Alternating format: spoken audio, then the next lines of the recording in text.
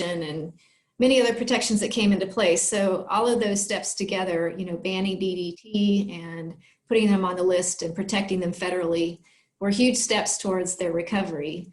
And of course, there were other conservation measures that came into play throughout the 70s and 80s as other groups got involved. You know, reintroduction, bringing adults or eggs or chicks from other states where there were, you know, there was more of a healthy population to some states where they had been totally wiped out. You know, hand rearing the chicks, releasing them in a hack tower system, which you see here, which is basically a really cool system. They have these nests up on stilts and trees. The chicks are raised in these hack towers with the door closed, and when they get old enough and they're about ready to start flying, they'll open the door and the chicks have the choice to leave when they're ready, but they can come back for supplemental feeding. And this really mimics what they do in the wild. So they can keep coming back until they can figure out how to catch their own food. And hack tower system is still used today. It's a really effective way of reintroducing birds into the wild. So they had, you know, biologists climbing mountains in California, going up and taking eggs out of the nest and taking them to zoos for artificial incubation and then sneaking the chicks back into the nest. So all kinds of hardworking, conservation-minded people were doing their best to bring eagles back from the brink of extinction. And one other method I like to talk about that doesn't get a lot of love always when we talk about conservation success is rehabilitation. And my office is at the Audubon Center for Birds of Prey in Maitland. And it's a raptor education rehabilitation facility that's been around for 40 years. And, you know, we focus on taking in injured birds of prey and helping them get better and putting them back out in the wild. So we, you know, since inception, we have rehabilitated over 600 bald eagles and released them back into the wild. And each year we take in, you know, 600 to 800 birds of prey, and probably 70 to 80 of those are bald eagles. So the work is really important that we do. Each bird that we release gets a second chance at life and a second chance to be a productive member of that population, reproducing and adding chicks to the future generations. So one of my favorite stories was from a few years ago. We had a chick that fell out of a nest in Marion County, a nest that EagleWatch monitors, and quickly got action, got the chick rescued. The chick came to the Center for Rehabilitation and Treatment. When it was ready to, you know, it was pretty healthy. It just was a little too young. It was about 6 weeks old. And so at that time we thought, well, we'd like to put it back in the nest if we can, but the nest it came from wasn't suitable for returning it. So I used the EagleWatch data to look at nests in the state that were active, that had chicks of the same age, that we could access the nest, that was, you know, in an area we could get to. Found a nest at Lake Eustis, and it was in someone's backyard. They were super excited, let us come on their property. We have our tree climber who's done this a million times, and he basically ropes up into the tree, and they put the eagle in a duffel bag and rope the eagle up, and then he puts him in the nest.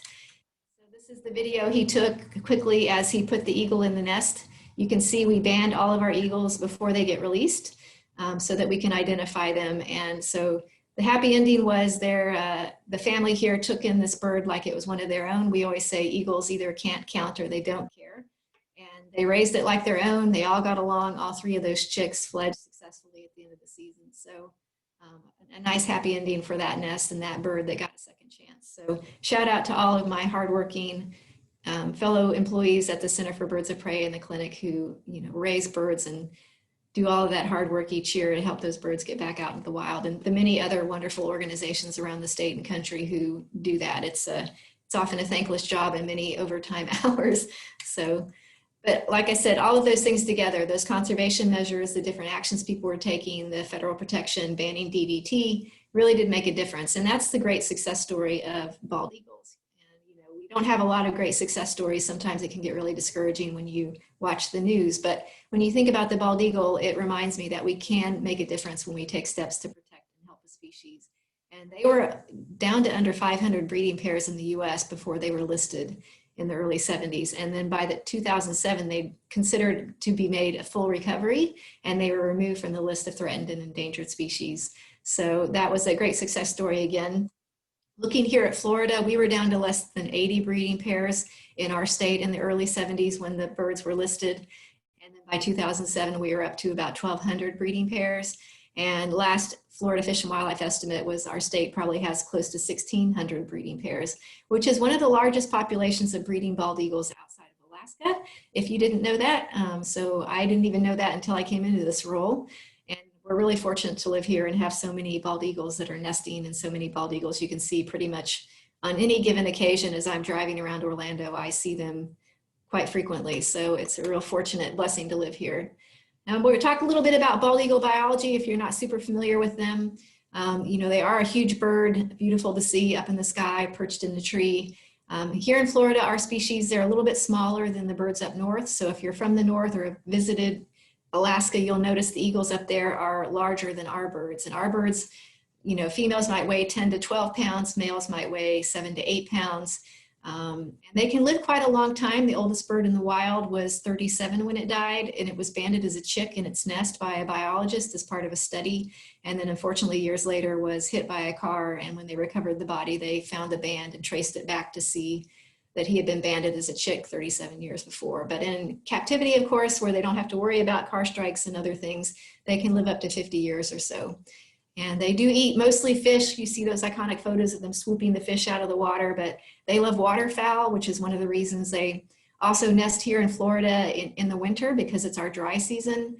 Water levels get lower, it's easier to catch fish. There's also a lot of coots and waterfowl that winter here. So an abundant food source for them to raise their family. If you head up north, the breeding season is a little later in the year. It might not start till February, and it will go through. Here in Florida, it goes from October to May. But they will scavenge. They eat pretty much anything that has some meat on it. You'll see them bring all kinds of things back to the nest. And scavenging is what often gets them into trouble. They will be on the side of the road with vultures eating roadkill and often get struck by cars that way, unfortunately. They are also, like all birds of prey, they have reverse dimorphism. So the females are larger than the males. If you see them close together, it's fairly easy to tell, you know, the larger one is the girl or the female, but when you see them apart, it's not always obvious. And also they are monogamous, considered to be, as long as their mate is alive, they will return to that same mate each year, and they come back to the same nest site, which makes it easy for eagle watchers. We know where to expect them generally each year, as long as that nest is there. So that's one of the cool things about EagleWatch, is all these factors make it easy to find them and get to know them. They become like family. You see the same pair year after year raising their young, and it's a really rewarding experience. Now, just a quick photo to show you the size difference. The female is down below and the male is up top. So, you know, it's not a huge difference, but just enough if you see them together, you might have fun trying to guess which one is which. The female definitely rules the roost. She wears the pants in the eagle family and has a lot to say about many things related to nest site selection and where to put the stick. There was a really funny video on Facebook recently of you know, there was a large stick in the nest and the male grabbed it and was trying to move it to one place, and she just reached over and snatched it from him and moved and put it right back where she wanted it. So they're really funny to watch when they're working on their nest together. Their nest is one of the largest of any North American species. It's kind of like a small car in a tree. It can be 10 feet across, you know, 12 feet deep. It's high up in a tree generally. They nest in large tall pine trees or cypress, occasionally oak trees here in Florida, not very often. So it can be hard to see into them, but with a good camera and from a distance, you can get a decent idea of what's going on over time. And they often will have several alternate nests, which can make it difficult occasionally. They may use one nest for a season and then move to an alternate nest the next season, but they'll generally stay within that territory that they've established, and they defend very fiercely. They are incredibly territorial when it comes to their nesting territory. Now, looking at what eagles do in other states, I think it's kind of fascinating to see their adaptations to other situations. Recently, off the coast of Virginia, on some of those barrier islands, biologists have documented eagles nesting on the beach. And that nest you see there on the left was actually an active nest and fledged young. I guess they don't have any ground predators out there on the barrier island, and probably not very many suitable trees for nesting. And then, of course, if you head out west, they do tend to nest on those cliffs and other things like that that you would see more in the mountainous regions. Arizona, they recently documented eagles nesting in a giant cactus. And then here in Florida, what we're really seeing is a trend of eagles moving to artificial structures. We have a lot of cell towers and power line towers in our state, and of course, a lot of development, which is removing some suitable habitats. So we'll talk about that a little bit later, but you know, they are adapting to live amongst us, thankfully, and figuring out ways to be successful. They also have some interesting strategies. You know, there's generally what the majority of the birds are going to do, but then you see some really fascinating side behaviors. You know, up in the, I believe it's the central North American area, they have a pair of, well, a trio of eagles actually. It's one female and two males, and this is highly unusual. eagles don't usually tolerate other adults in their territory, and it's one male and one female, but somehow this pair figured out a way to make it work. And so two males assist the female, and they raise a family together every year. So this is kind of an anomaly, but really fascinating. And then we've also had several cases where eagles have raised birds that aren't eagles. So in that lower photo, this is a case where a bald eagle family raised a red-tailed hawk chick. And there's different ideas and theories on how the red-tailed hawk chick got in the nest, but the prevailing idea is possibly that the eagle had raided a red-tailed hawk nest and brought the chick back to its nest to feed to its young, and the red-tailed hawk chick didn't pass and then began to beg. And for a bird, the biological drive to put food in a mouth that's begging is really strong. And so possibly they just began to feed it, and it was begging along with their chicks. So they raised it as one of their own and fledged from their nest with their other two chicks, which is super cute. I think, like I said, they don't always care or count. So they fed it and raised it just like one of their own. And their behavior for, nesting, once they settle down to start nesting, they'll come back to their nest site, usually October or so, sometimes September. Work on their nest, we call it nestorations. They'll refurbish the nest, get it ready for the season, and then they'll lay their eggs, usually 1 to 4 eggs, and they lay them asynchronously. Well, they lay them every other day or so, but they start incubating right away with the first egg. So the eggs actually hatch asynchronously, which means the first chick hatches and then the second one may not hatch for a day or two, and so on. So the first chick is really large and robust by the time the second chick hatches. It's had all the food and love for that first day or two. And sometimes they can outcompete each other and cause, sibling rivalry and fratricide, where one of the chicks may cause the death of the other. But the incubation period is about 32 to 35 days. And so once they start incubating, they're always in the nest, keeping those eggs warm. The eggs have to be kept at a very constant temperature to develop properly. And then once the eggs hatch, the adults will be seen sitting a little higher in the nest. One of the parents will be bringing the food back. They take turns, they're great parents. They take turns sitting on the eggs. They take turns bringing food back to the nest for the young.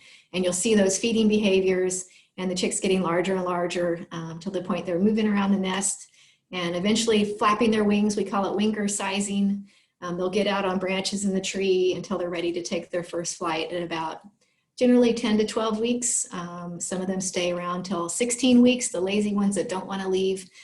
You get some of those late bloomers, so to speak. But they grow really quickly, and it can be hard to see them initially in these deep nests, but if you watch any of the eagle nest cams that we have here in Florida, you get to see a bird's eye view of what they look like when they're really small. And for the first couple of weeks, the parents do have to sit on them constantly. They can't regulate their own body temperature, so the adult will always be in the nest keeping it warm or cooling it off or protecting it from the elements. But then they grow pretty quickly. By 3 weeks, you're going to usually see the little bobblehead above the edge of the nest.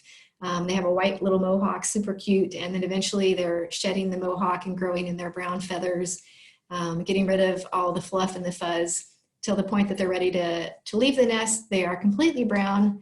This is what they look like. So a lot of times we get calls that someone has seen a golden eagle. We don't have golden eagles in Florida as a rule, so probably a juvenile bald eagle. That first year of life, their legs are yellow, but that's about the only thing that looks like an adult. Their eyes are brown, their beak is brown, their feathers are brown. And so this is what they look like. And nature gives them extra long wing feathers that first year of life, like training wheels, helps them learn how to fly. They'll stick around the nest with their parents for a couple of weeks generally. They're not usually self-sufficient right away. And the parents will teach them how to hunt and leave food in the nest for them and let them eat it and supplementally feed them until they're ready to head off on their own. And they do molt their feathers each year, so it takes them about 5 years to molt into that adult plumage. Usually by year 2.5, 3 years, you see this kind of mottled, I call it the teenage years, when they look kind of goofy. Their eye is starting to get lighter. The beak is growing continuously like your hair and fingernails, so it's changing from dark brown to yellow. And then eventually, by 5 years old, they generally look like the full adult. So each year they're going to shed feathers and grow new ones in, and complete that molting process by year 5 when they're sexually mature and ready to settle down and potentially raise their own family. So here in Florida, we have the eagles that migrate. We also get birds from up north that come down here. So it's a kind of a mixed bag, as you often hear with other bird species in Florida. Some of our adult eagles that are breeders tend to not go too far from their breeding territory over the summer. They may take a quick break and go a little bit farther than they normally would, but they kind of stick around. Young adult eagles, that first 5 years of life have been documented with satellite tracking and banding studies. They travel all the way up the Atlantic coast, some of them going as far as Canada. So that's quite a long distance. So they'll depart their home in Florida in the spring or early summer, go up north, come back down in the fall, roam around the state all winter, and then do the same thing again the next summer. And they'll do that for the first 5 years or so of life. So this is some documented migration patterns of an eagle from, I believe, the Conservation Biology Institute. Really interesting to see where they go and some of the things they come across while they're up there. And we've had some of our own eagles that we've been tracking, which we'll talk about in a second. You'll get to see some of the fun places they've been. But here in Florida, of course, you know, there are a lot of pressures. Eagles were considered fully recovered in 2007, but that doesn't mean we don't still have concerns about the things they're facing and the issues they deal with in our state, especially. We have a really high rate of development in Florida and one of the largest populations of breeding bald eagles. So the two of those things combined are kind of butting heads. So we have issues dealing with loss of habitat, environmental toxins, just the human interface with so many people and so many eagles coming into contact with each other. And then of course, the great unknown of climate change. You know, what will that look like?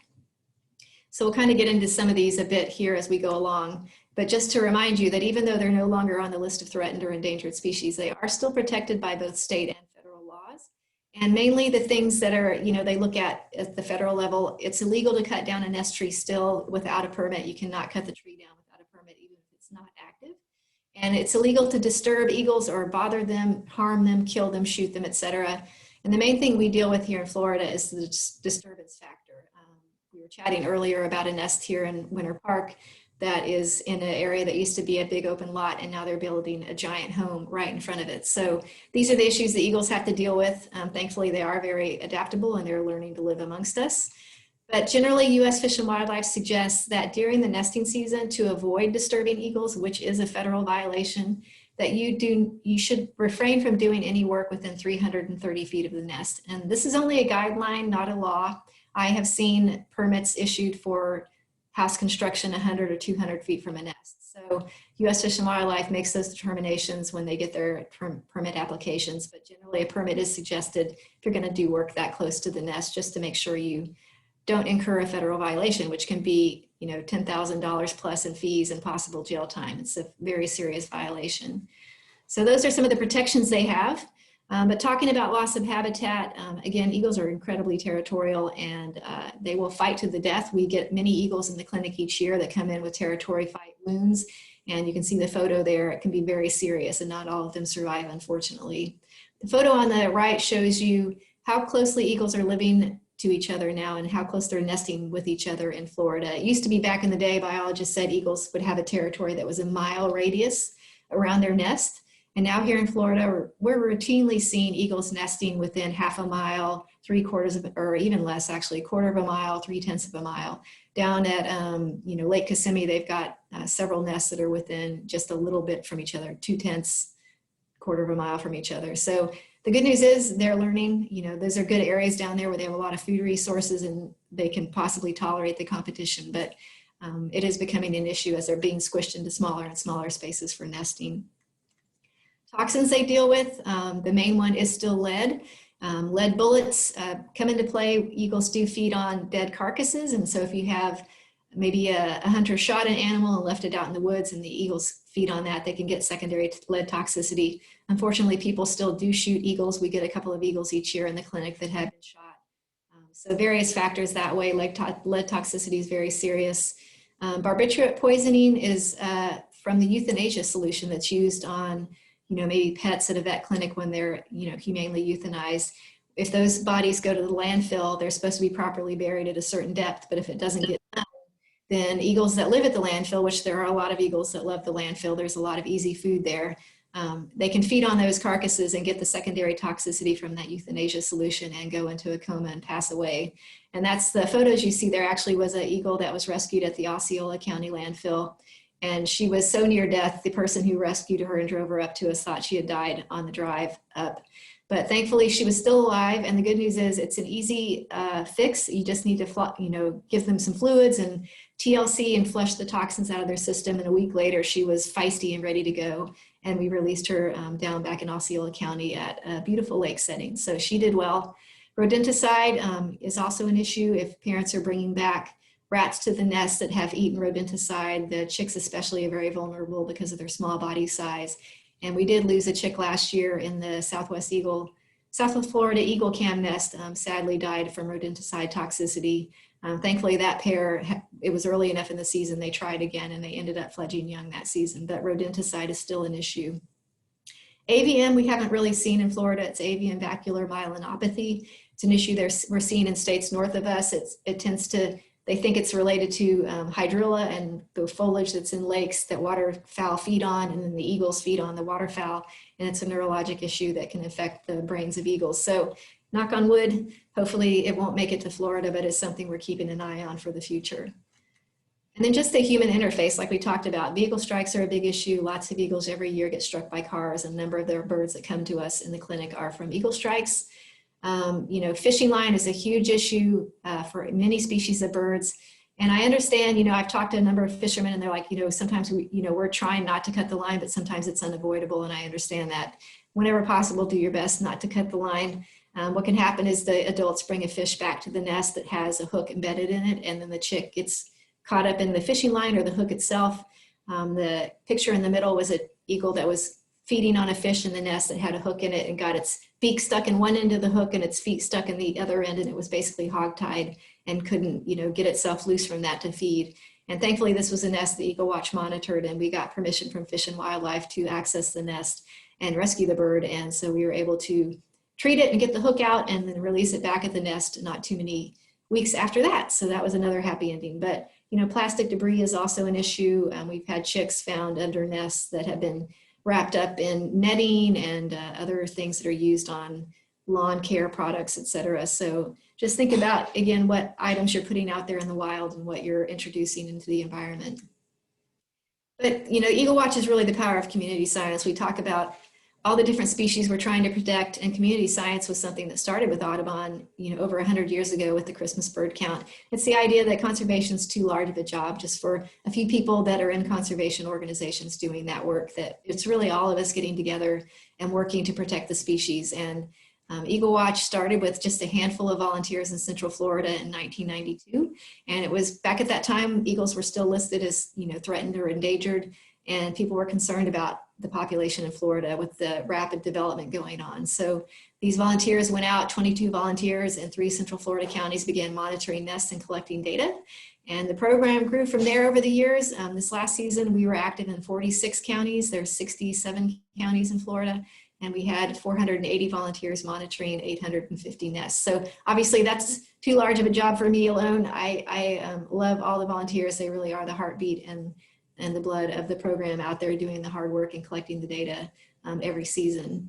Quick look at a map to show you where we're active. The green counties are counties where EagleWatch is, and the blue dots are nests that we monitor. Those are just EagleWatch monitored nests. There's a bunch of other nests out there that aren't represented on this map. You can see it another time. So that's our coverage. And what we do really is locate nests. The first step to protecting nests is knowing where they are. So every year our volunteers find 100 or more nests just out there doing their work. People tell them about nests they've heard about or seen. And we collect data on the nest. How is the nest doing? Is it active this season? Did the parents lay eggs? Did they raise any young? Did the chicks survive to fledge? Those eagle watchers are also the ones out there in the front lines identifying disturbances. If they show up one day and someone's bulldozing up to the nest tree, etc., they can get involved and contact Fish and Wildlife to come out and investigate and see if they have a permit and what's going on. And we educate the community, talking to business owners that are near nests, considering not putting out rodenticide during the season, talking to neighbors to make sure they're aware of the nest so that they're not putting a new roof on their house right in the middle of the nesting season, and many other ways that we educate the community, just sharing the love with others about eagles. And sometimes we get to help injured and downed eagles. EagleWatch volunteers are often the first to notice if there's an eaglet missing from the nest. Maybe there had been 2 on their last visit and now there's only 1, but they weren't ready to fly. And you know, sometimes they've gotten out there and found that the chick was on the ground and were able to organize a rescue. So lots of different ways that EagleWatch volunteers get involved in helping the species in the state. The main thing, of course, we're looking at is how's the population doing in Florida. So of the nests we monitored last year, we documented 892 chicks had hatched and 800 of them survived to fledge. So that's about a 90% survival rate, fledge rate, which is pretty good. And we also look at, you know, the number of fledglings per occupied nest. That's really the key data that tells us how the population is doing, if it's stable or increasing, possibly declining. And last year it was 1.24 fledglings per occupied nest. So of the nests where eagles showed up and tried to make a serious nesting attempt, you know, 1.24 chicks were produced. So that's a pretty good, decent number. It's been fairly stable for the last number of years. So, so far as we know, they're doing well. Again, talking about potential disturbances, you can see here instances where people, you know, didn't know a nest was there by chance and started bulldozing and cleared right up to the nest tree. So every year, you know, up to 100 nest disturbances cases we work on closely with Fish and Wildlife, who is the law enforcement in our state. Other things we've gotten involved with, occasionally we get nets on the nest. We, when possible, we try to get permission to remove those. It does take permission from U.S. Fish and Wildlife to do that. And then it takes a lot of, coordination with various entities who can go up to the tree, is it on property that we can get to, and all of that. This year we had a nest on Marco Island, which is actually right behind a Publix that was being demolished. And the parents brought back a cast net to the nest. You can see it there in the photo. And the volunteer showed up. She noticed it was, late September, she saw the net and she contacted us right away. And so we were able to quickly get up there. She worked very closely and I worked together. We got permission to access the nest and we were calling firemen and tree climbers and all kinds of people trying to find someone that had a bucket truck that was tall enough to reach the nest. And she finally found a tree company that was willing to do it. And so they came out and accessed the nest. And that's Rosemary there with her netting that she was able to get off the nest. And so that pair is doing well. They have chicks in the nest right now and we don't have to worry about them getting wrapped up in that as they're learning to fly and bop around the nest. So kudos to all the volunteers out there doing that hard work and keeping an eye on what's going on at their nests that they monitor. We also partner with the different organizations, obviously U.S. Fish and Wildlife and Florida Fish and Wildlife we work closely with to document the nests and track where they're at. But we also work with power and communication companies. As I said, a lot of our eagles now are nesting on artificial structures. So for EagleWatch, about 20% of the nests we monitor are now on cell towers and power line towers. And those companies that own those structures, of course, need to do maintenance and other things. So they work closely with EagleWatch to figure out what's going on. Is the nest active? Can they go up to the tower to work on it at this time of year? And so we share information back and forth to make sure they're not accessing the nest when they shouldn't be up there. So you can see there about 80% then are in natural nests, again, usually in pine trees, et cetera. But the question we're asking ourselves as we're seeing the number of nests and number of eagles nesting on artificial structures is, are they as successful in cell towers and power line towers as they are in trees? And the good news is, so far as we can tell, looking especially at the last 5 years of good data, eagles nesting on artificial structures have been as successful as eagles nesting in trees. So that's the good news. And of course, we want to keep an eye on that and kind of think forward, what's it going to look like in the future? If you have a lot of eagles hatching in these cell tower nests, et cetera, when they get to reach adulthood in 5 years, will they be drawn to nest on the cell tower themselves? Is there any sort of influence on the youngster by the type of nest it hatched in on what it chooses as an adult?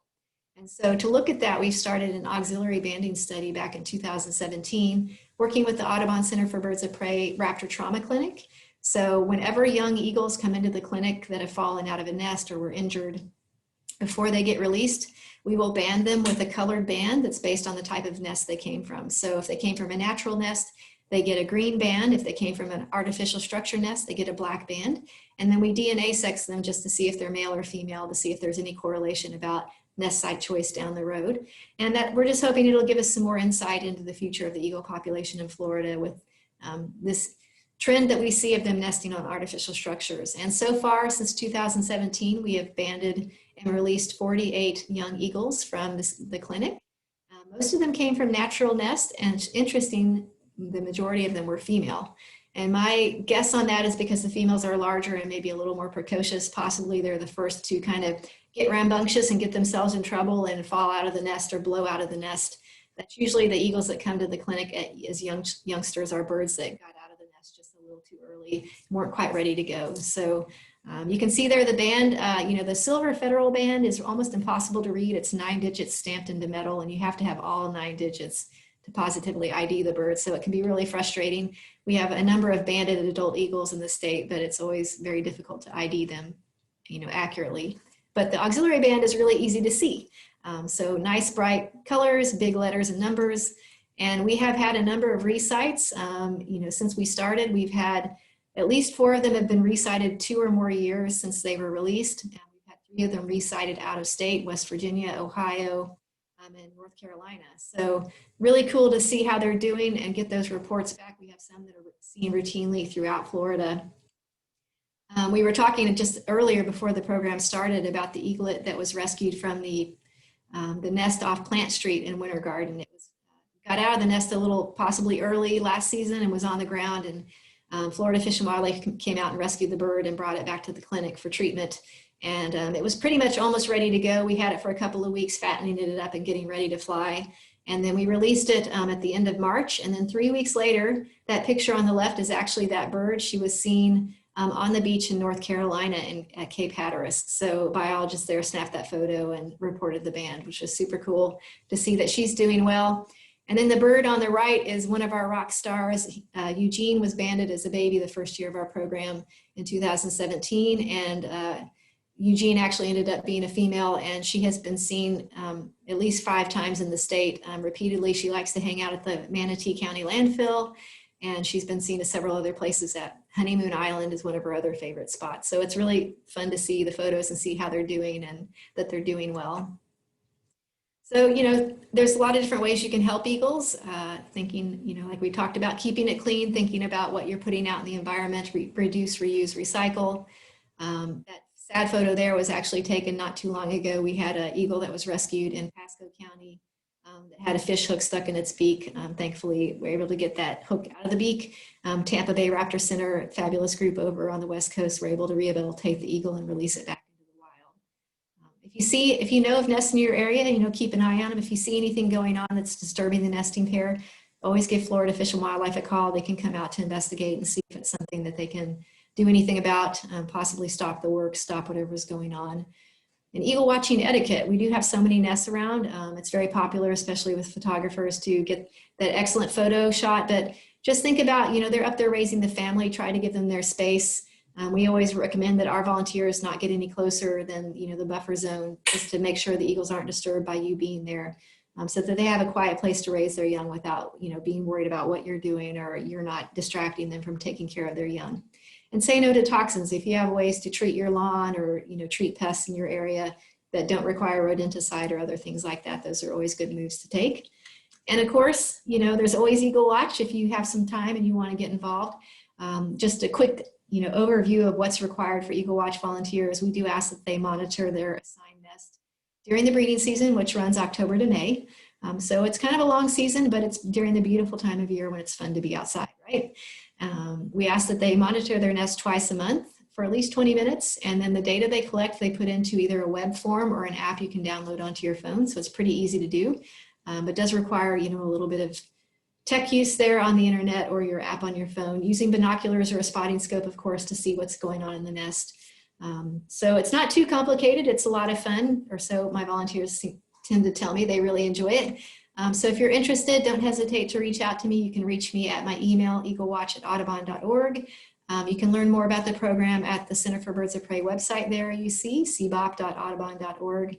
And then the FWC hotline, in case you want to put it in your phone. It's always a good number to have on hand. It's not just for eagles, but any other species you think that's being mistreated or needs help, they're there to help. So that was a quick and fabulous tour of eagles and EagleWatch. Hopefully we've got some good questions. So I'm going to go ahead here and see if I can see what questions you might have. I believe we've got someone moderating and looking at the chat. Yes, and it was fabulous. So thank you so much, Shawnlei. Thank you. Very thorough, and well, let's see what questions we got. Susan, do you want to help me moderate the chat? Sure. I think we did have a question back when we were talking about the eggs hatching. And one of them was, so if they have different eggs, how far apart do the eggs hatch? Like the time? It can be, you know, and it's hard to, you know, if you're watching a camera, it's very obvious because, well, and even then you're not always sure which egg was laid when, right? And sometimes not all of the eggs will be fertile, so not all of them will hatch. Having said that, you know, generally she does lay one about every other day. And so it can be 2 days between them hatching sometimes, depending on the hatching process. But I think in the Southwest Florida Eagle Camp, someone noted that the 2 eggs hatched very close together, which was kind of unusual and possibly indicates maybe she didn't start sitting on the first egg right after she laid it, because as soon as she starts sitting on it, the egg will start developing. And so that's what causes that staggering of the hatching is the first egg starts developing right away, the second egg's laid 2 days later, and then it's 2 days behind, so to speak. I hope that makes sense. Did that answer the question? I think we had another one. When is the nesting season for eagles? It's October to May here in Florida. And so our eagles nest here in the winter when it's beautiful. They nest later in the season if you head up north. So up in the north, they don't nest in December and January like our birds do. It's really cold up there generally. So I think they usually wait till like February or so before they get started. But here it's October to May, and we have eagles showing up at their nests as early as September now. It seems like every year they're getting a little earlier, which is kind of the climate change factor that we didn't really talk too much about. But you know, how will that affect seasonality of breeding and availability of food for the chicks and so many other things to be concerned about? Sea level rise, lots of eagle nests on the coast. Good. And then we did have another question. Where can you find nests locally, specifically Southwest Orlando? There is the EagleWatch program. Florida Fish and Wildlife used to maintain an eagle nest map, and this year, actually last year in 2020, they retired that process and they turned it over basically to EagleWatch because we were already doing it in conjunction with them. We had our own map because their map was always out of date and we needed something that was up to date. So our map is up to date, and we do have a public version that you can view. And the link is at that cbop.audubon.org website. If you find the EagleWatch information, there is you'll see the map there. You can see where the nests are in your area. If you're traveling, you can look in areas that you're going to. Again, just asking that you keep that in mind, that you follow EagleWatch etiquette and give them their space if you're going to watch them, letting them do their thing in peace.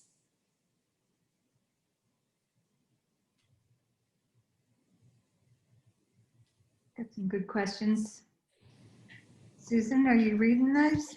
Yes, sorry, it's a long one. Hard to do, isn't it?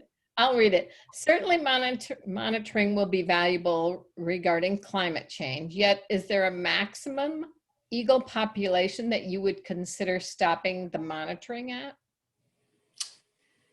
You know, that's a good question. I think we're the only we're the only ongoing statewide monitoring effort now. Florida Fish and Wildlife is not monitoring anymore, and they haven't since 2017. So, you know, with all the pressures eagles are facing, I don't think they're out of the woods just yet where we could get to that point, but that's certainly a good question to think about. What level would they have to get to?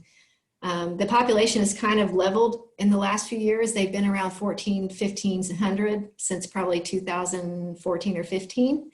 And so there's some question now, is it the pressures that's keeping them at this stable level, or have they reached maximum capacity? You know, they talk about carrying capacity. A habitat can only accommodate so many birds. And so maybe that's the capacity eagles have reached here in Florida. It's hard to say.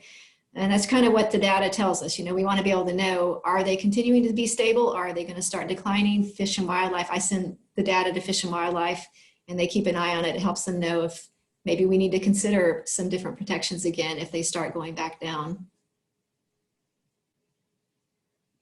All right, and then Chris asks, who wins out when eating roadkill? The eagles or the vultures? Generally, from what I've heard and seen, is that the vultures back off when the eagles show up. So eagles, you know, are pretty large and fierce. You know, vultures have that beak that they tear with, but their talons aren't much to do anything. They don't really use their feet like eagles do with their massive talons. Interestingly, though, I didn't really talk about it, but eagles do compete for their nest sites with both osprey, but also horned owls. And every year we lose about 1 to 2% of the nests we monitor to great horned owls. They're lazy and they don't like to build their own nests, so they will steal nests from eagles. And even though they're a little bit smaller, they're incredibly fierce and they will drive eagles off their nest every year. So we've had a number of nests taken over this year alone that it's been interesting to see.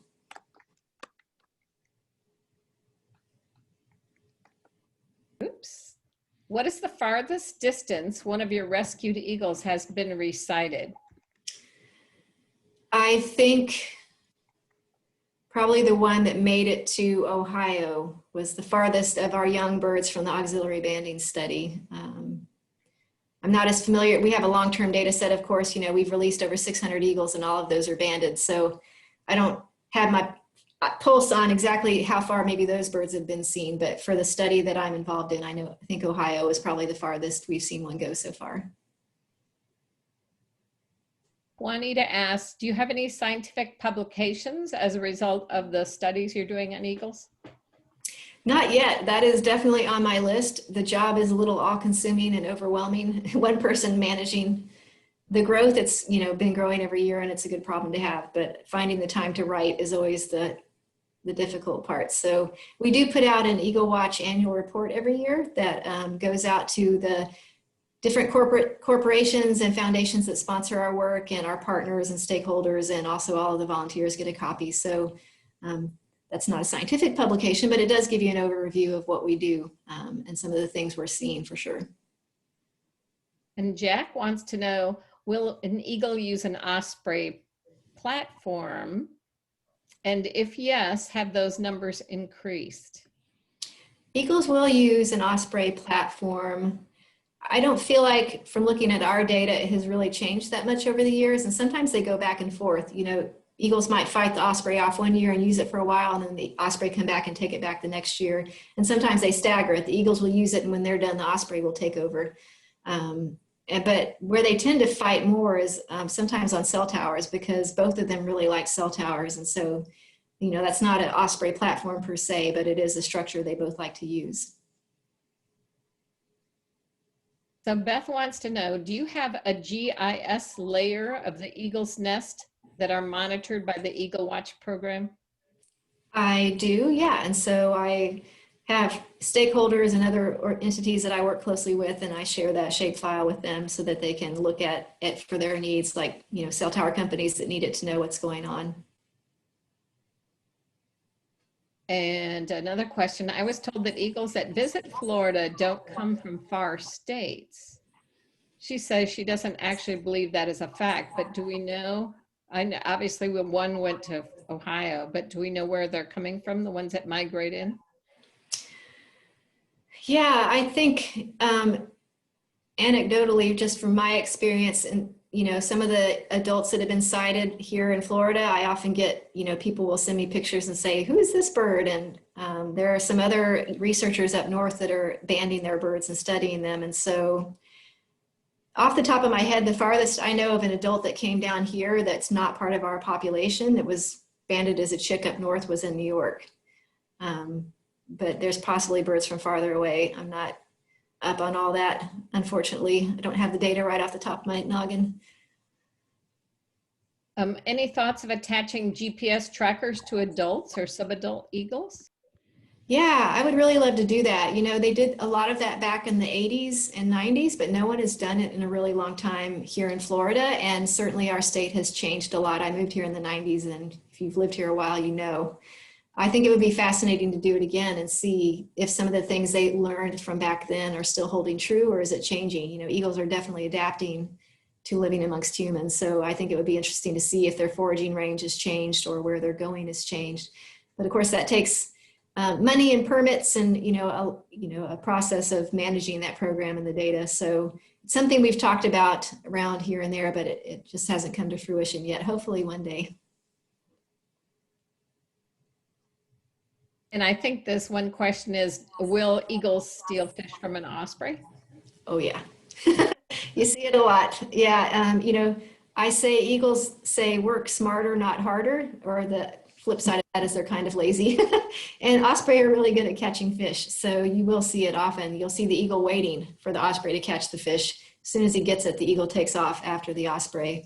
and makes him drop it and catches it midair and takes it back to his nest. So they can be kind of bullies in that way, but Osprey usually does fairly well. They're, as you know, they're everywhere in our state and very prolific and doing well. So I think they must be finding ways to deal with that with those eagles out there stealing their fish. So if I saw an eagle, actually the other day I was driving over a long bridge and every pole had an osprey except one had an eagle. Do you think he was waiting to steal a fish? He probably was. That seems like a good place to hang out. And one thing I didn't mention that I usually try to say is a lot of times people know about a nest that just has never been documented. And so if you know of a nest that's in your neighborhood or one that you've seen, always feel free to email me to see if it's one we know about. I mean, we had a nest that was found over by Camping World Stadium a couple of years ago. It had been there for 10 or 15 years in a neighborhood and just no one ever thought to report it. So we get that happen a lot. You know, people have nests they know about and just never thought to tell anyone. So always feel free to let me know, send me an email. I love to add nests to the map, and then that way we know where they're there and they can be protected in case development comes in, etc. So I saw an eagle fly over Lake Eola Park today. Do you think that one is that? Camping World's not too far from there, is it?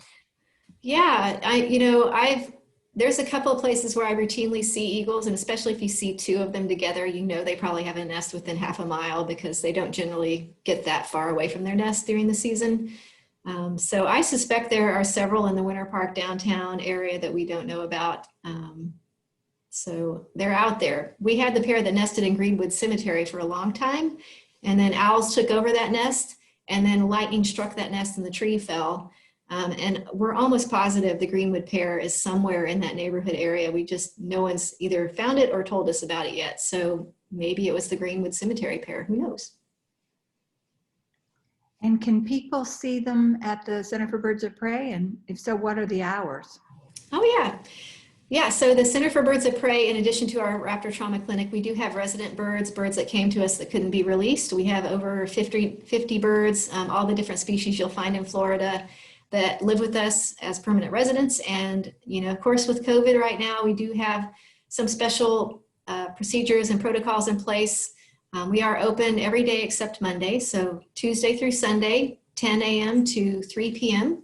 And you just have to go online to the CBOP website. You can book your tickets online. You have to pay and book online. You get a time slot just so that we can control crowds and make sure it's not overcrowded. You have to wear a mask, of course, while you're on property. But yeah, we're open, so come see us. It's been a hard year. We are a nonprofit, and it's always good to have people out there who support what we do, and coming to visit us is certainly one way to do that.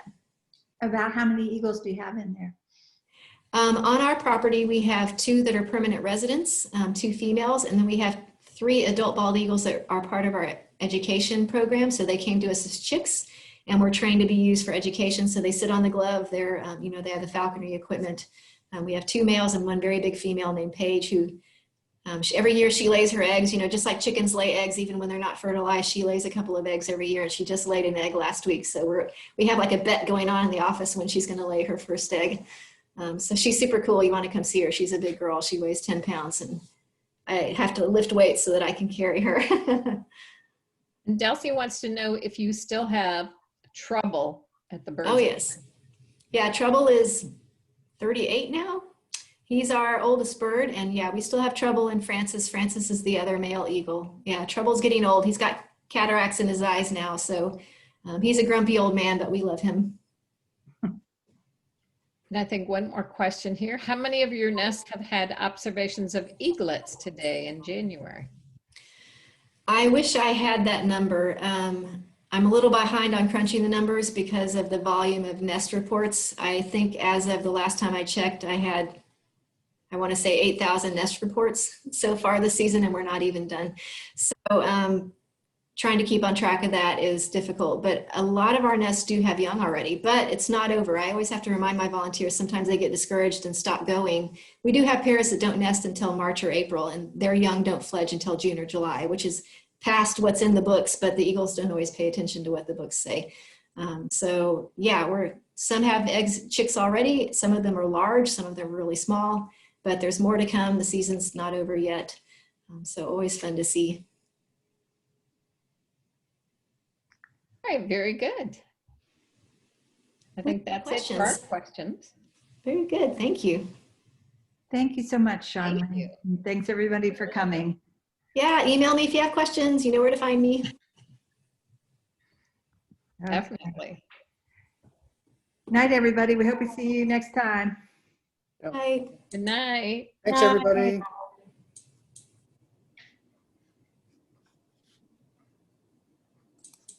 Thank you, Shawnlei. That was terrific. Yeah.